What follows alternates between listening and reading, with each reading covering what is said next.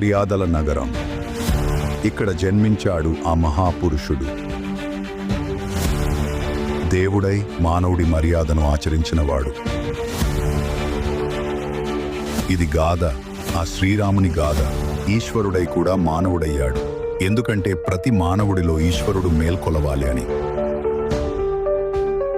ధైర్యమే ఆయుధమైనవాడు, త్యాగమే అలంకారమైనవాడు.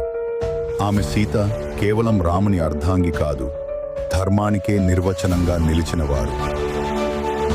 స్వర్ణంతో మెరిసిపోయిన లంక, కానీ పునాదుల్లో నిండినది అహంకారపు విషం. ఆ విషానికి రాజు రావణుడు. 10 తలలున్నవాడు, కానీ ఒకే లోపం, గర్వం. ఇప్పుడు ప్రారంభమవుతుంది ఒక విశ్వయుద్ధం.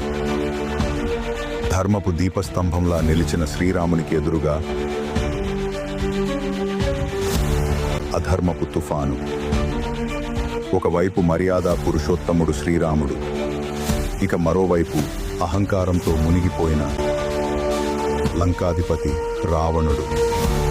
ఇది యుద్ధం కేవలం లంక కోసం కాదు, ఇది యుద్ధం యుగాల సమతుల్యానికి.